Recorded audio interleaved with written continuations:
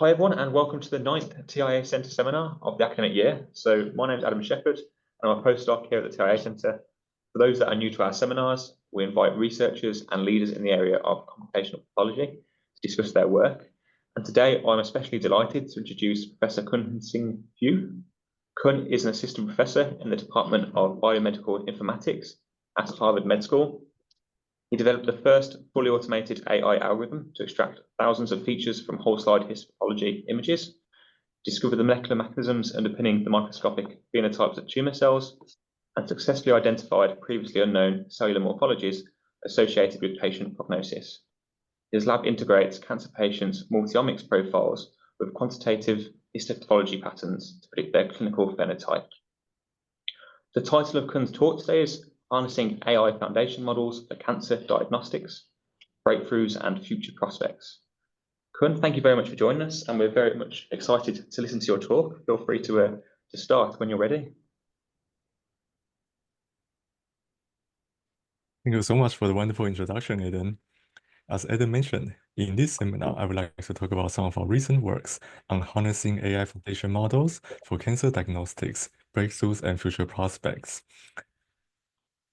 The overarching goal of my lab is to develop novel artificial intelligence methods to integrate multiple types of medical data. This includes morphology, multi-omics, and medical data.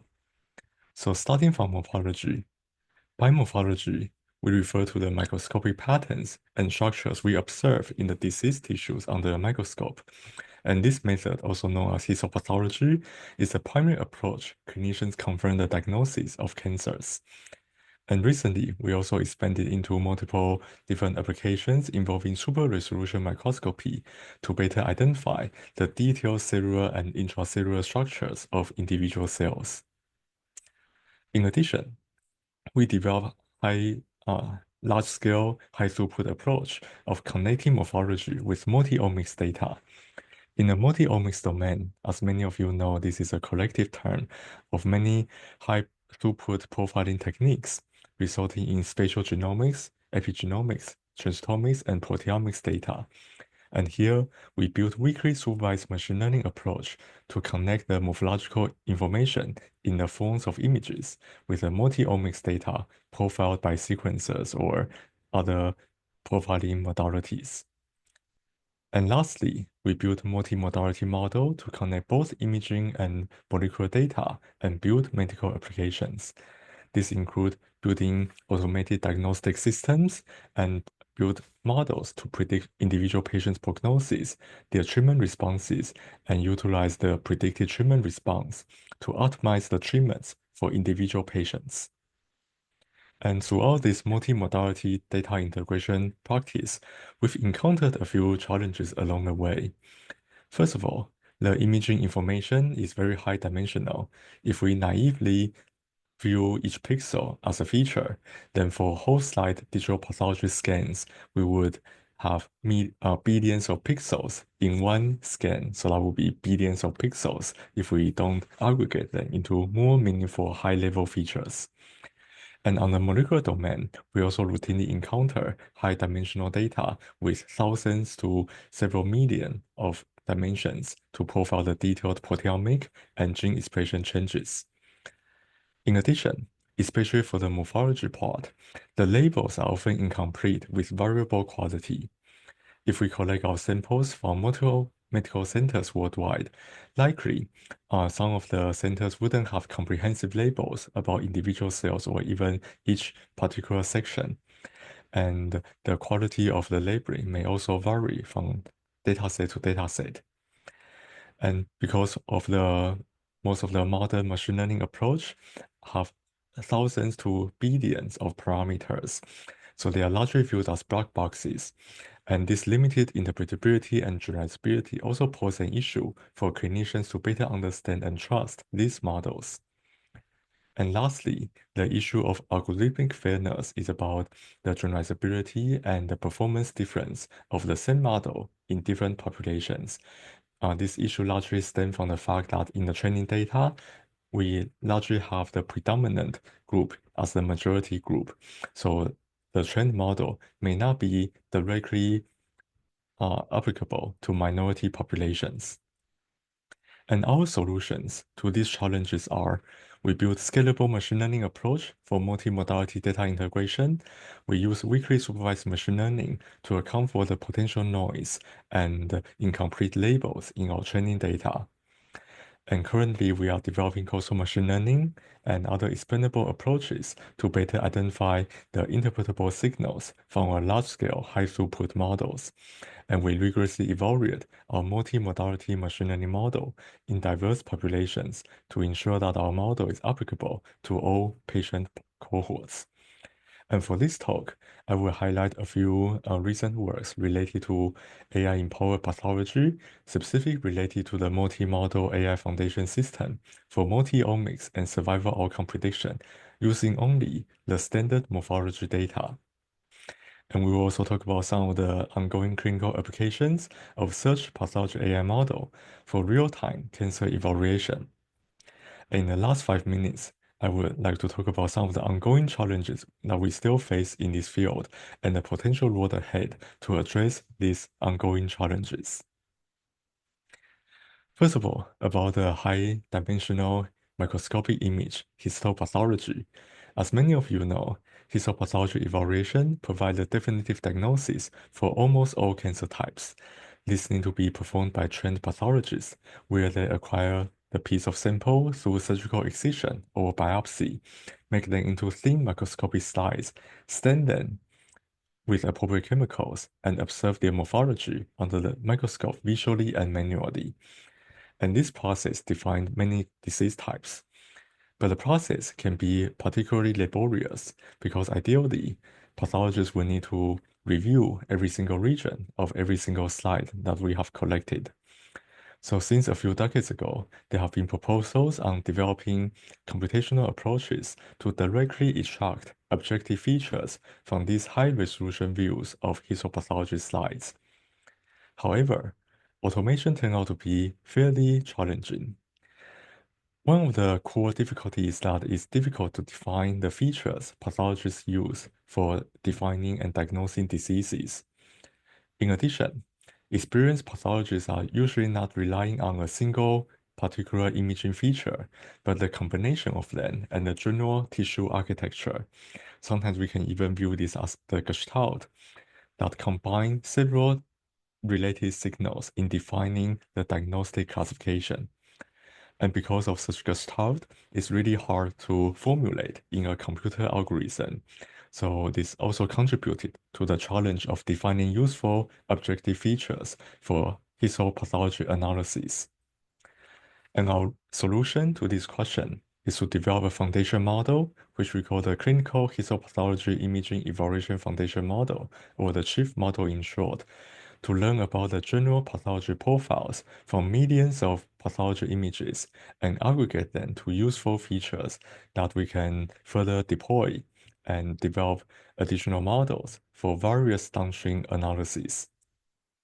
In this study, we first collected millions of image patches across the histopathology images we collect in the human body.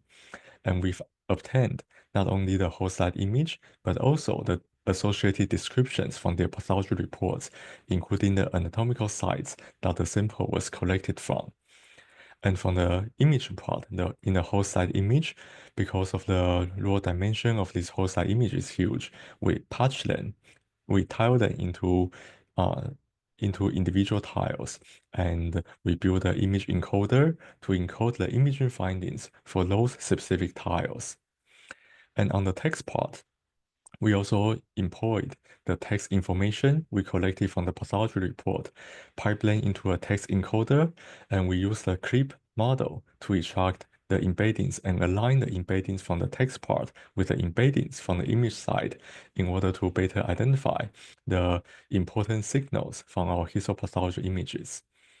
And because for each whole slide image, we can easily extract several thousands of tiles, so we further aggregate the image signals from each individual tile through attention aggregation into the whole slide level image representation. And this also differentiates our foundation model with many prior approach of pathology imaging analysis. And after extracting this whole slide level representation, of our histopathology images through a foundation model, we can develop a series of downstream analyses, including making pathology diagnosis and classifying the molecular profiles and subtypes, as well as predicting the patient survival outcomes using the extracted pathology features. So in aggregate, here we have extracted more than 15 million image patches, first from publicly available sources to train our image encoder, basically to learn the general pathology distributions of those pathology profiles. And later, we tune the model with more than 60,000 whole slide images to better identify the important signals and align pathology findings with their associated text reports. And these pathology samples span 19 different anatomical sites in order to have better coverage of the detailed pathology patterns in different organs.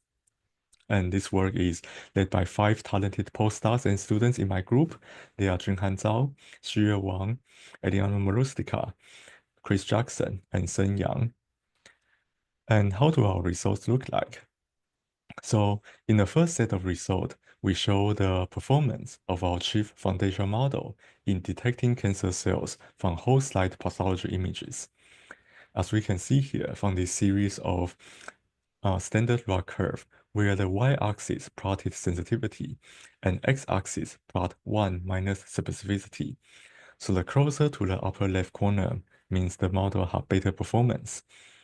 And as we can see from this series of ROC curves across different organs, our chief model, depicted in this red curve, have near perfect performance in the cancer cell detection for colorectal cancer, esophageal cancer, stomach cancer, cervical cancer, and many other cancer types. And we outperform existing methods for the same cancer cell detection task in the same dataset by 5 to 20%. And we further look into the detailed predictions at the pixel level. In our chief model training, as we noticed in the previous pipeline figure, we didn't require the annotation of the pixel level signals. That is, in order to train a cancer cell detector, we only need to know whether a particular sample set contains cancer cells or not, without pinpointing where those signals or where the cancer cells reside in. And in our analysis, we show that even if our model is trained in this weakly supervised fashion, we can utilize the trained model to help us identify the individual signals from individual image patches and cells. So in this analysis, we first use our chief foundation model to independently label each single pixel or each single region in our whole slide images with regard to their probability of containing cancer cells. And we later compare it with a ground truth annotation, additionally annotated by our collaborating pathologists. And this annotation was not available to our machine learning model during the training and the inference phase. And as we can see here, our model-based prediction has a very high concordance with the expert annotations on the ground truth for cancer cell annotation, showing that this weakly supervised approach can reliably identify cancer cells without strong supervision, and this may help to reduce the amount of effort we need of annotating our samples for further training, and we can even employ the trained cancer cell detector to help us automate the process of annotating additional sample sets for future analysis. In addition, we show that our model can also help us identify the origin of cancers. In this analysis, we applied our chief foundation model to predict the sources of our samples and predict the origin of these samples. And as we can see from this confusion matrix, the y-axis plotted the true origin, that is from the ground truth of where these cancers are actually coming from. And the x-axis plotted the predicted origin by our foundation model. And as we can see here, our model has a very high concordance with the ground truth, with more than 90 to 95% in most cancer types. And in aggregate, if we plot the ROC curve, we see that overall, our model has a area under the curve of 0.99 in identifying the origin of cancers for those with For those, we know the ground truth of the origins either through histopathology evaluation or through molecular studies. And one interesting observation that we have attained through this confusion matrix is that in addition to look at the high concordance our model achieved, we also derive some insight by looking into the error cases where our model does not predict the right origin as its top prediction. For example, if we focus on the group with a true origin from the colorectal, we see that 97% of the time, our model also correctly predicted the origin as of colorectal. But the remaining 3% is a more interesting part. Where are our predictions for those remaining 3%? And here we show that for the remaining 3%, 1% of them, we predicted the source as coming from other organs in the GI tract, including stomach, esophagus, and other sources. And for the other 2% of the time, our model predicted the top predictions as other organs in the abdomen. So this shows that our model may be learning some of the similarities between different organs in order to make this prediction, such that when the top prediction is not particularly accurate, it's related to the similar histology that is observing using this histological data. So up to this point, we have seen that our foundation model can reliably recapitulate many of the important signals for pathology diagnosis. And the next research question we have is, can we further use this foundation model to extract additional hidden information from large-scale, high-resolution histopathology images? As an analogy, here we have a picture that seemingly consists of only some random dots and lines. And the question to all of us is, can we identify the hidden signals from this picture? So if I tell you that the painter who created this image intentionally put an animal and a plant inside of this image, can we identify where they are?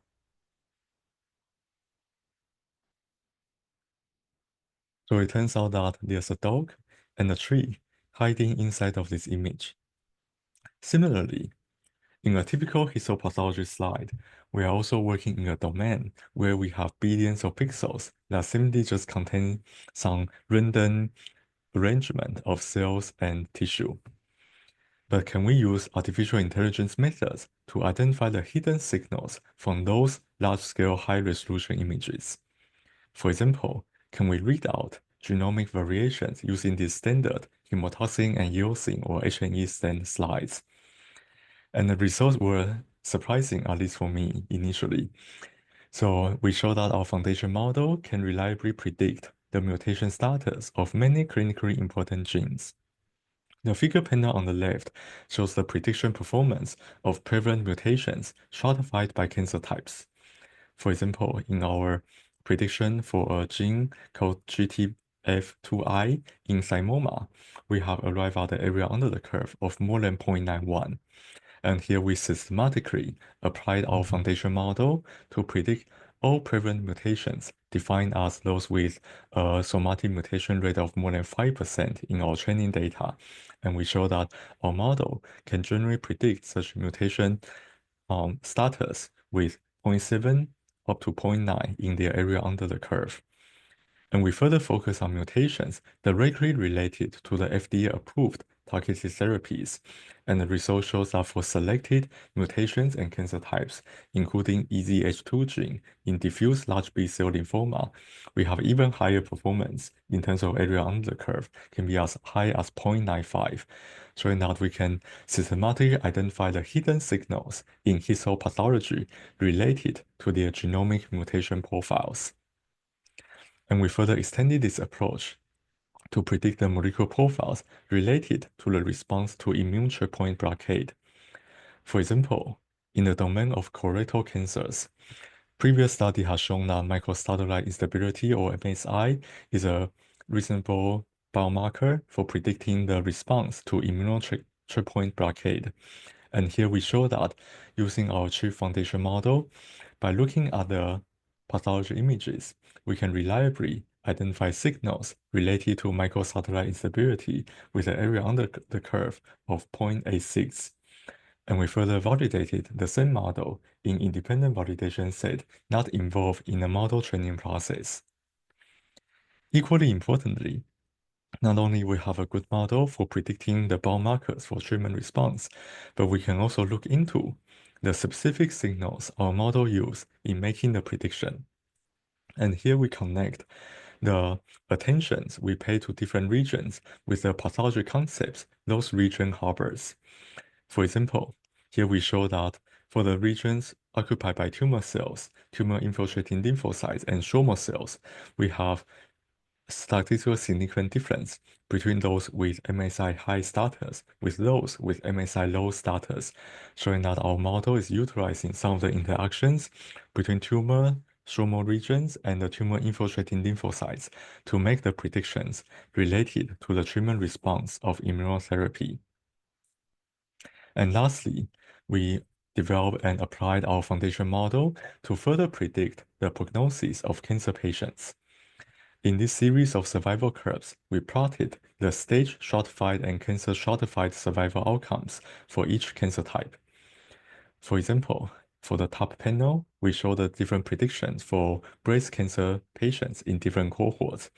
So in our test set in our developmental cohort, we show that our model can reliably differentiate the blue group, those with low mortality risk, with the red group with high mortality risk within stage 1 to 2 breast cancer patients. And in these survival curves, on the y-axis, we show the survival probability over time, the x-axis being the time after the initial pathology sample acquisition and diagnosis. So this shows that although the treatment for these early stage cancers are relatively homogeneous, however, the patient will still have very different survival outcomes. And our foundation model, connecting with the survival model, we can reliably identify those with differential mortality risk among cancer patients, stratifying by stage. So this shows that our model can reliably identify certain signals related to patient prognosis. And we'll be interested in where those signals are coming from. As a case study, in this sub-analysis, we focus on lung adenocarcinoma.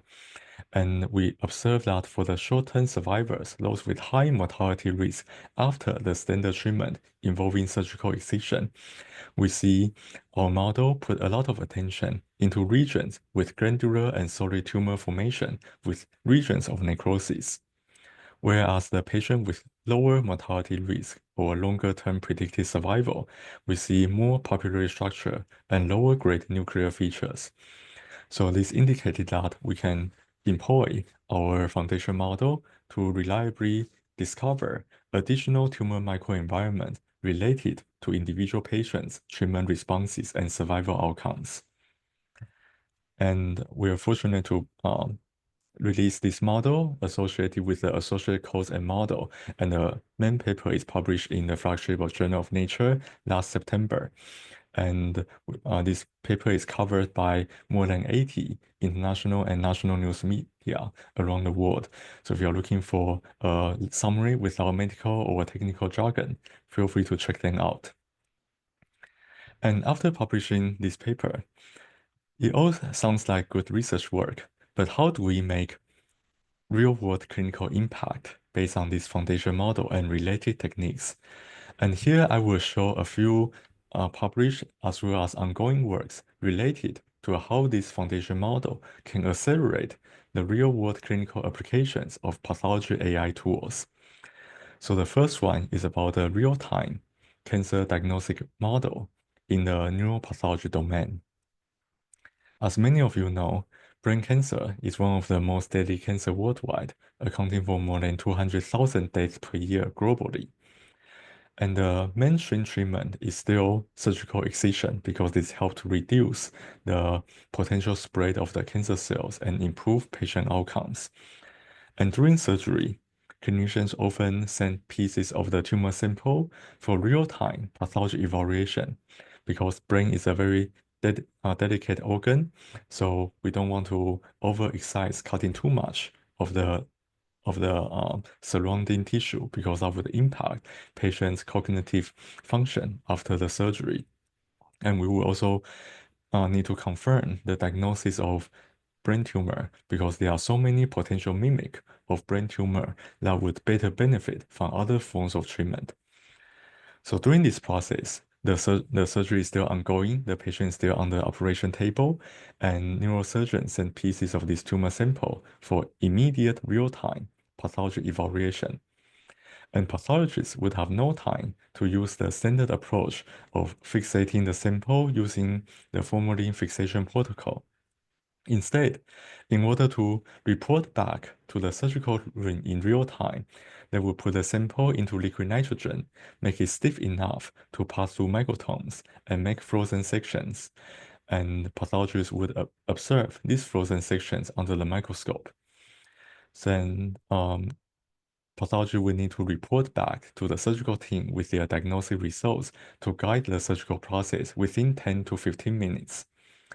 And this process is pretty costly, as we can see here, because while the surgical team is waiting for the procedure for the cryosection, the frozen section processing, essentially they have no important clinical decisions to make. So they just have to wait there. And we always say that if it is allowed, they would definitely love to have a bottle of beer.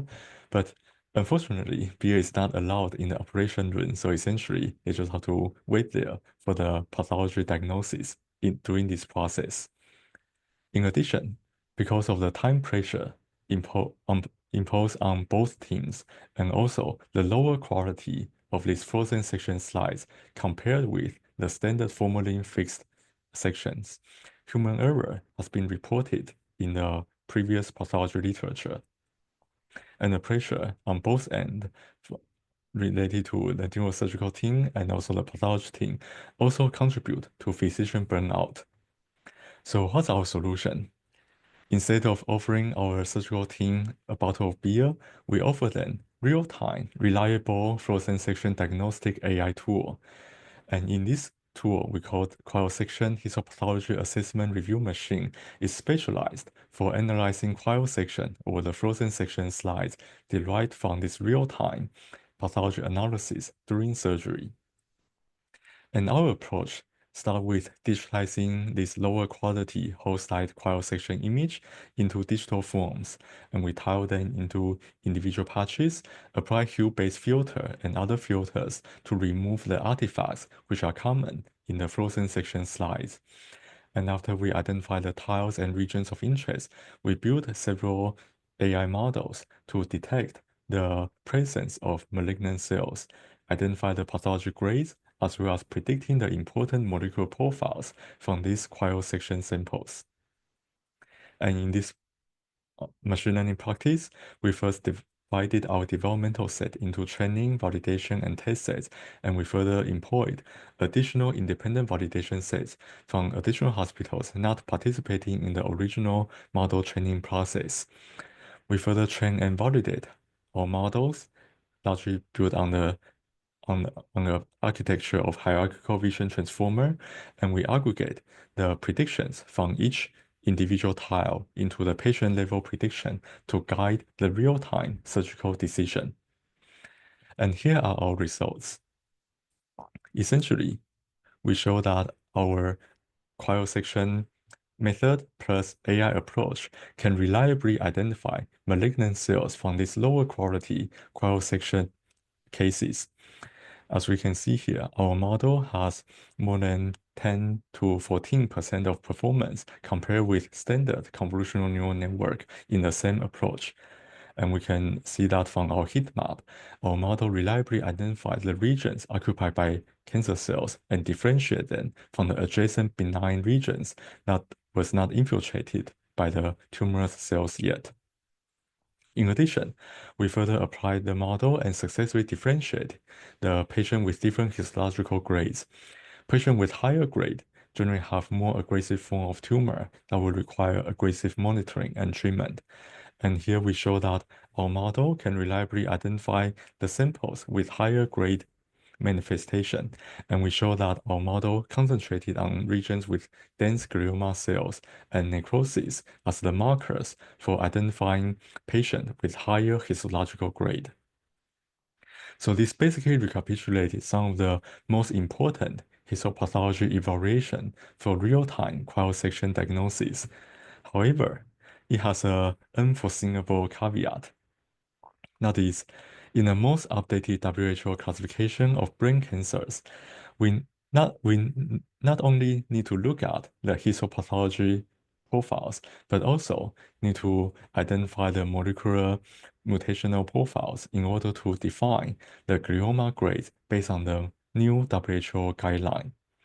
That is, a few years ago, WHO decided that based on the emerging evidence, now the low-grade glioma is defined as those with IDH mutation status, whereas high-grade glioma is now defined molecularly as those harboring IDH wild type. So this indicates that standard pathology evaluation can no longer identify glioma grades based on the new clinical guideline. So the question to ourselves is, can we develop an AI system that directly infer the IDH mutation status, crucial for identifying the glioma grades based on the new WHO classification using the same pathology image? And the short answer is yes. Here we can develop a model that reliably predict IDH mutation status by just looking at the same standard histopathology slide. And as we can see from this cluster map, our model reliably extracted features and group the samples with different IDH mutation status automatically based on their discovered pathology profile. And we show that overall, our model has an area under the curve of 80% in the IDH mutation prediction task. When looking into the specific pathology features related to IDH mutation, we show that IDH mutation samples largely contain highly endomatous regions with lower cellularity, whereas IDH wild-type samples contain greater cellularity and atypia. And this is also consistent of our current pathology knowledge on the levels of aggressiveness for these different subsets of glioma. In addition to IDH mutation status, we can further predict other molecular patterns related to the new WHO classification. For example, within the IDH mutation or the IDH mutated group, in the new WHO classification, we can use 1p 19q codeletion, that is codeletion in chromosome 1p and 19q, to further differentiate different subtypes of glioma. And here we can see that in our extracted features, we can readily see the difference between IDH wild-type samples with IDH mutant samples, and we can further subcluster those with IDH mutation plus 1p19q codeletion with those without such codeletion. And our overall area under the curve for this distinction can be as high as 0.9. We can further extend our model to predict other key genomic profiles related to prognosis, including ATRX, TP53, and CDKN2A and 2B. And specifically, if we look at the pathology features related to ATRX mutation, they are largely related to the cortical infiltration by the tumor. Whereas for the homozygous deletion of CDKN2A and 2B, they are related to greater atypia and cellularity in the samples with such deletion. And because there are some emerging evidence showing that patients with different genomic profiles have different levels of aggressiveness in their tumors. Although many of these genomic profiles, like TP53 and others, are not incorporated in the current version of WHO classification guidelines yet.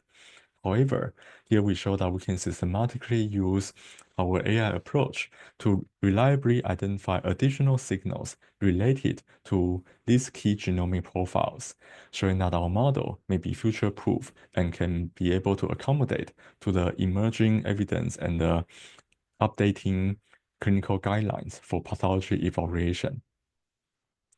Lastly, we show that this model, when applied to cryosection diagnosis, can reliably associate histopathology findings with tumor mutation burdens. Tumor mutation burden is a biomarker for immune checkpoint blockade response for many cancer types. Although many of the existing trials for immunotherapy on glioma has unfortunately failed, but we still observe around 8 to 20% of patients who show substantial response to such new treatment. And here we identified some pathology signals related to tumor mutation burden. Specifically, we observe that greater celerity and atypia with less edematous regions are associated with samples with high tumor mutation burden.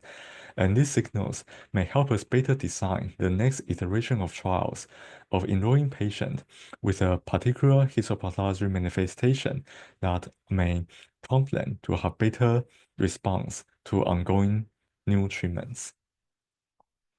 And in the second example, we extended our approach to also predict other multi-omics profiles using a multi-modality approach.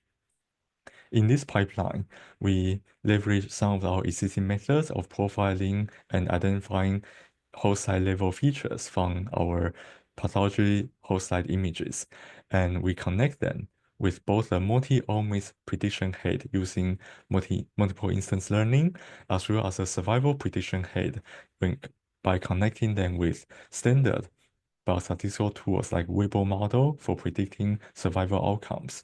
And we evaluated our model using various cohort studies, including the publicly available the Cancer Genome Atlas dataset and the institutional dataset that we have collected at Nurses Health Study and Health Professional Follow-up Study here at Harvard. And the raw data type for these different cohort studies are very different. For TCGA and other studies, they use the whole slide images to better identify the signals from the entire whole slide image of selected image tiles, whereas in our Nurses Health Study and Health Professional Follow-up Study, we use tissue microarray images to pinpoint to the regions with particular focus and also to reduce the cost for digitizing these samples. But the result shows that our model can reliably identify the differences between the different survival groups regardless of what digitization approach that we have used for obtaining such samples.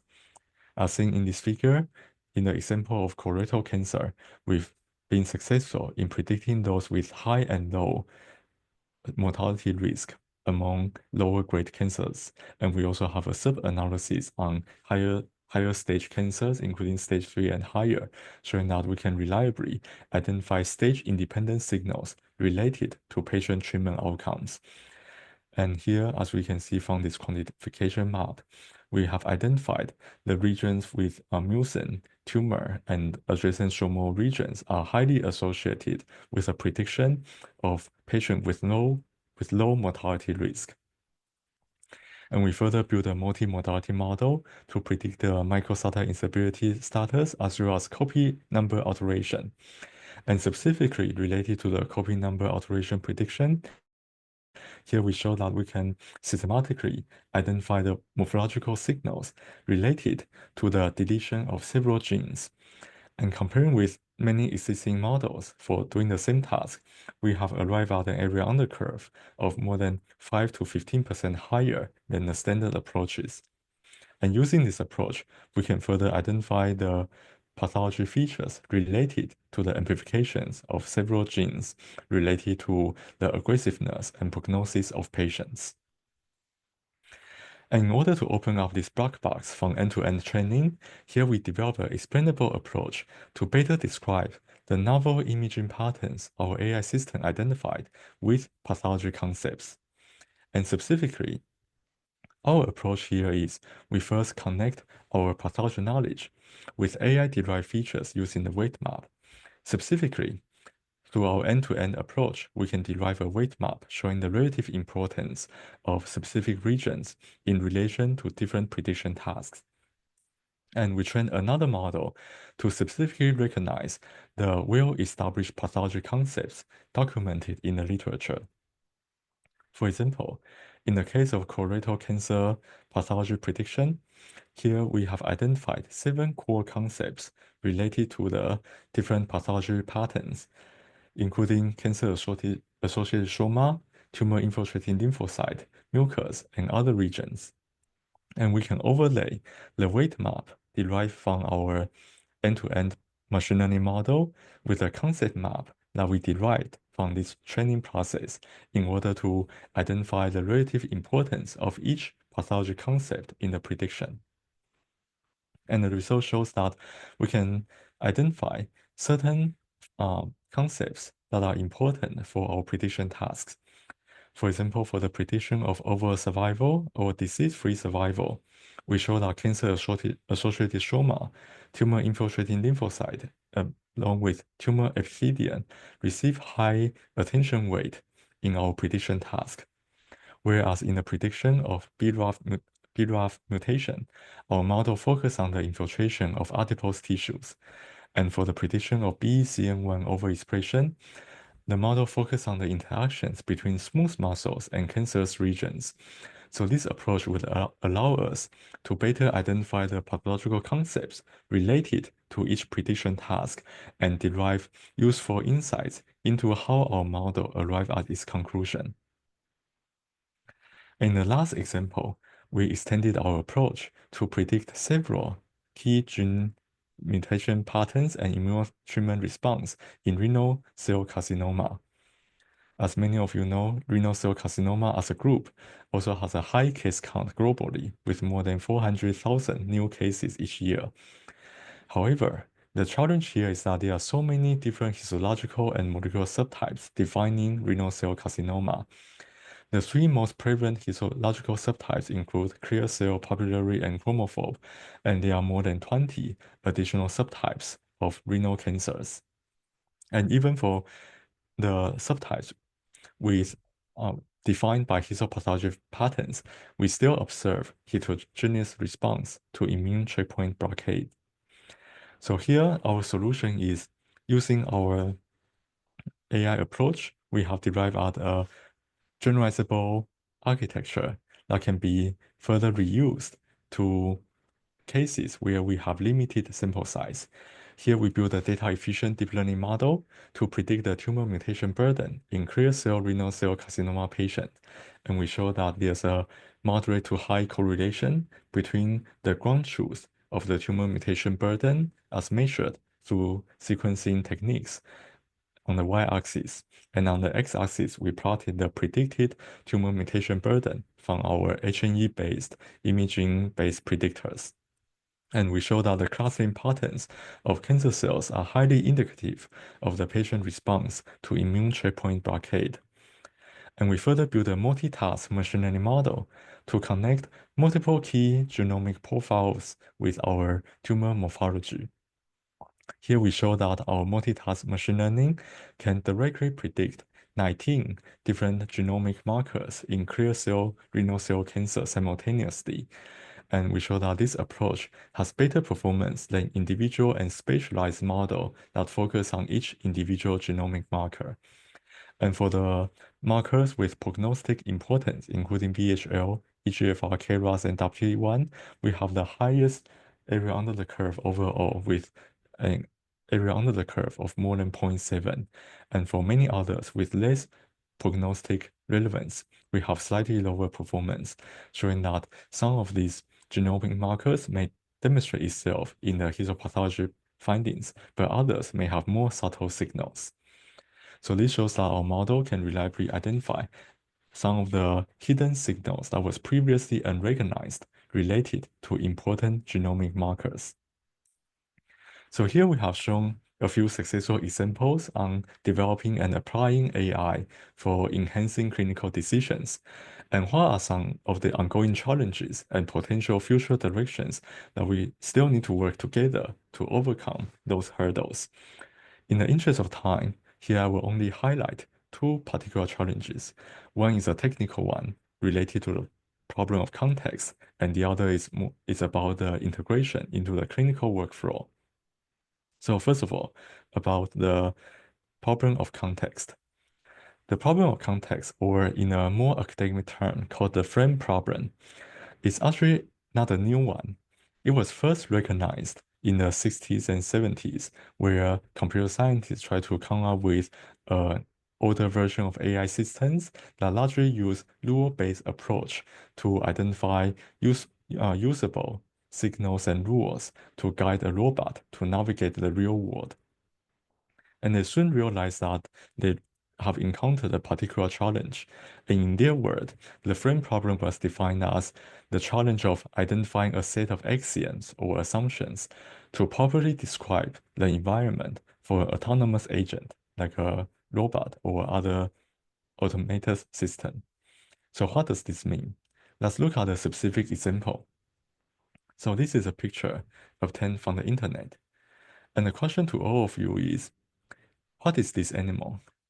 Is this a tiger or a dog?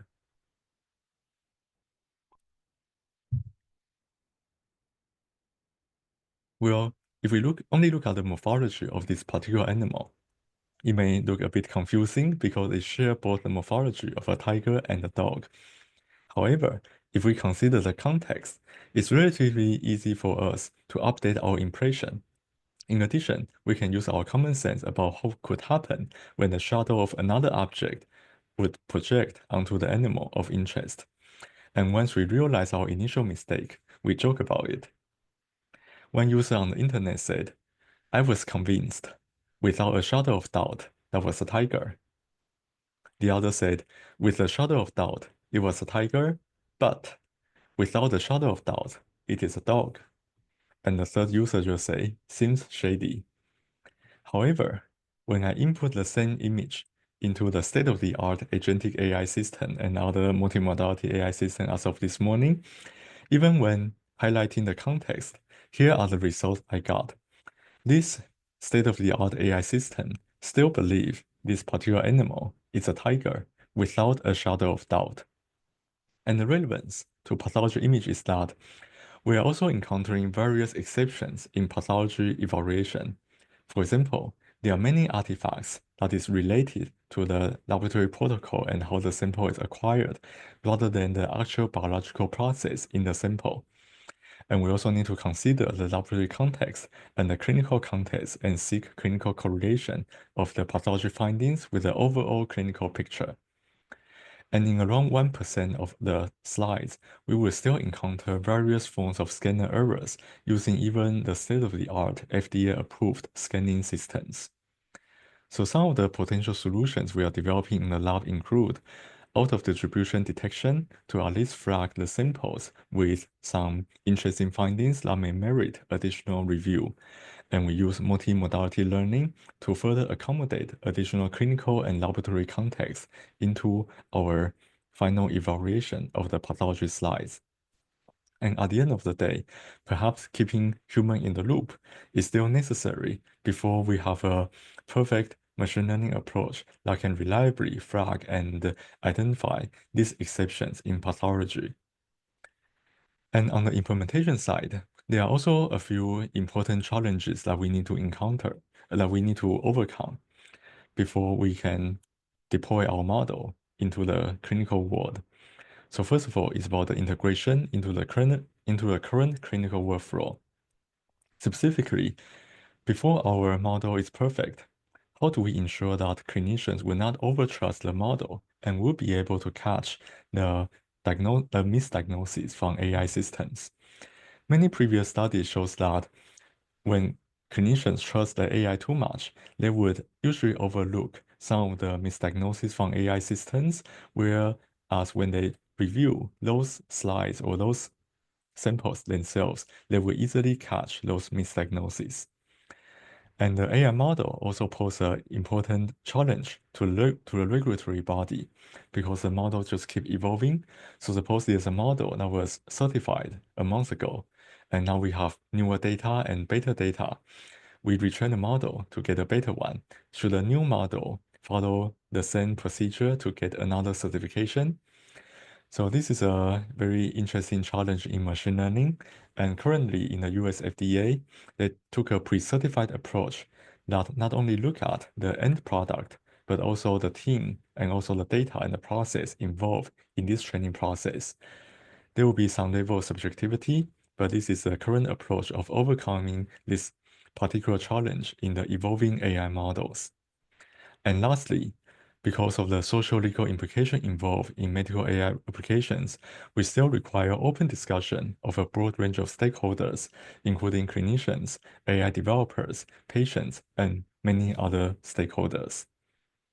In summary, here we have showcased our recent multimodality foundation model that reliably identified patient diagnosis, molecular profiles, and prognosis using only the standard pathology images. And we show that this AI-empowered technique can facilitate accurate brain cancer diagnosis in real time during surgery when the patient is still in the operation room. And we show that multidisciplinary research is still required to further address some of the technical and implementation challenges that we have highlighted. So you might wonder, what is the future of AI in medicine? Where are we headed with this rapid advancement in AI? Well, no one knows for sure what lies in the future of AI in medicine. However, there's one thing that we know with certainty, and that is the best way to predict the future is to create it. And we would like to invite you to join our journey to create a better future with reliable AI in medicine. Thank you. Well, fantastic. That was a really great talk. Thank you very much, Kun. And I particularly enjoyed the examples and the future directions that you've finished to talk with. So, should we open the floor to questions then? Does anyone have any questions they'd like to ask, either online or in person to start? Really quick. Yeah, got a couple of questions over here. So, Jackie? Really small question. So when you talk about cancer cell detection, and I believe another one, the malignancy cell detection, did you mean detecting the actual centroid of cell? Did you just patch classification? Did you hear that question? Sorry, Kun. Yeah, I can hear the question. So the question is, in the cancer cell detection task, what's our evaluation? Is it whether the sample contain cancer cells or the actual location of the cancer cell? That's a good question. So in our evaluation, using the existing data, it's basically a slide level classification. That is, we want to know whether a particular sample contain cancer cell or not, because that's the only label that we have acquired through our weekly supervised platform, through our weekly supervised framework. However, in order to overcome this potential caveat in knowing the sample contain cancer but not knowing where they are, we further did an additional post hoc analysis shown in this figure, and this is also included in this paper.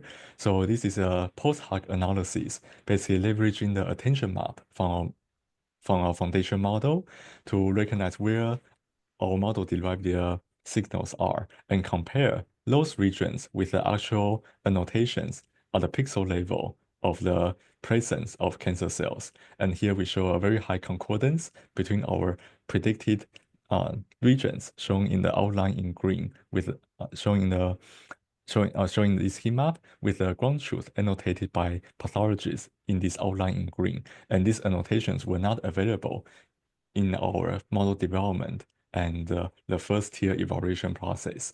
So this hopefully would address both layers of questions in that we can first reliably diagnose at the sample level, but also pinpoint to the regions that truly contain cancer cells. Yeah, thank you very much. That was really clear. Brilliant, thank you. Kezia, I think has got a question as well. Professor Yu, I'm Kezia from the TI Center. And I'm wondering, the chief model, I'm wondering more about the training details, such as because you use the data from different data centers, and have you ever concern or question about different image quality? From different centers, you may have different image qualities, and do you think the image quality will influence on your no matter weekly supervised learning or self-supervised learning? Yeah, totally. So the question is about our data quality and also how do we address the potential batch effects of data from different sources. In our approach, we largely rely on data augmentation. So essentially for the data set from each center, we created some additional hypothetical augmented data set that largely follow the same morphology, but with different lighting, with different contrast and other imaging profiles. And with that, we are able to train this large foundation model that can better accommodate the different tissue staining pattern and digitization platform issues. And this was largely our approach. And we we also included another sub-analysis on additional image normalization, and we show that after substantial data augmentation for the purpose of training this particular foundation model, additional data normalizations, additional advantage seems to be more minimum. So we stick with this pipeline with largely data augmentation as a way of accommodating the differential profiles from different data sets. Thank you. Following question is, you mentioned about the real-time processing part, and I'm wondering how fast is it, and how much computing source do you need to achieve the real time? Yeah. So for the real-time evaluation is related to this cryosection diagnostic work. And because once the model is trained, in terms of the inference, we can optimize the model in a way that it take like less than a second to get a diagnosis for each particular case. And the most computational intensive part is in the training process, where we need to fine-tune the parameters and also identify the right right architecture. And usually the right architecture has millions to billions of parameters. But once we finalize the model weight, to pass one whole slide image into this model usually take very fast. The slowest part is actually on extracting the tiles from the whole slide images. That may take a few seconds, but after we have collected the regions of interest through our filtering approach, that inference part could take less than a second. Much. That's brilliant, thank you. I think Nasir's got a few questions that you'd like to ask online. Hi, Kun. Thank you very much for a really nice talk. I really like the fact that you're taking into account the domain knowledge in the process of training the foundation models, which is so important. A lot of people don't tend to take that into account as much as perhaps they should. So I have a couple of quick questions. First of all, it seems like you trained the chief foundation model by using both the text and the image embeddings. Was there any particular reason you didn't use the text encoder part for your downstream analysis? I don't see much in the way of text analysis. For example, a lot of people are doing image to caption and even chat agents and things like that. And then the second question is, you showed some really exciting results on cancer cell detection. Did you also look into some other cell detection, like some important cells, like the immune cells and the connective tissue cells and so on? And if not, what would it take to enable Chief to be able to also recognize those type of cells? Yeah, those are all great questions. So to the first question about the how we employ the text part and also why in the inference time in this version we decided to focus more on the image part. And that's a great point. And the main reason is that to better mimic the clinical workflow, where when pathology receive a piece of these pathology samples, they usually only have minimum text descriptions associated with it before they use their experience to write out the pathology report. So usually what we can get are usually just some clinical background that we may be able to retrieve from the electronic health records, as well as the sources of the tissue. And because of this limitation, in our inference phase, we largely mimic the pathology workflow in that when we encounter a new case, a new image, we have to make the diagnosis and other predictions on the fly without relying on any additional human-generated text data associated with it. And the second question is about the detection of other cells beyond the cancer cell. That's also a good one. So in our current analysis, we have developed related models, although we didn't highlight in the paper, to also identify important cells and other regions like the tumor infiltrating lymphocytes and stromal cells that would also manifest themselves on the same pathology slide. And we show pretty good detection rate for those cells as well. And we believe that as long as we have decent representation of a diverse data set with right annotation for different types of cells or even subtypes of immune cells, we may be able to further extend our foundation model or related techniques to detect those important cellular patterns. Okay, great. Thank you very much. Thank you. Well, does anyone have any final questions they'd like to ask? I know we're coming up close to the 3 o'clock mark. Any final questions to finish with? No? Brilliant. Well, I think we'll call the seminar to a close there then. But thank you very much, Kun, for a really, really interesting seminar, and thanks for taking time to talk to us. We very much appreciate it. Thank you for best of having luck. me. Not at all, no, and best of luck with your future work. And thanks everyone online and in person for joining us. A bit of a reminder, we have our next seminar in 2 weeks' time on the Monday, the 17th of February, where we're joined in person by Dr. Lucy Godson from NPIC, that's in Leeds.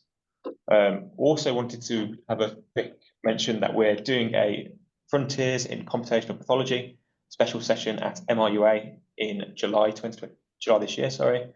And the full paper deadline for this is the 24th of March. If anyone wants to submit to that. Great. Well, thanks again everyone online, and thank you, Kun. That was a really interesting seminar. And yeah, we'll see everyone in 2 weeks' time. Great. Thank you all.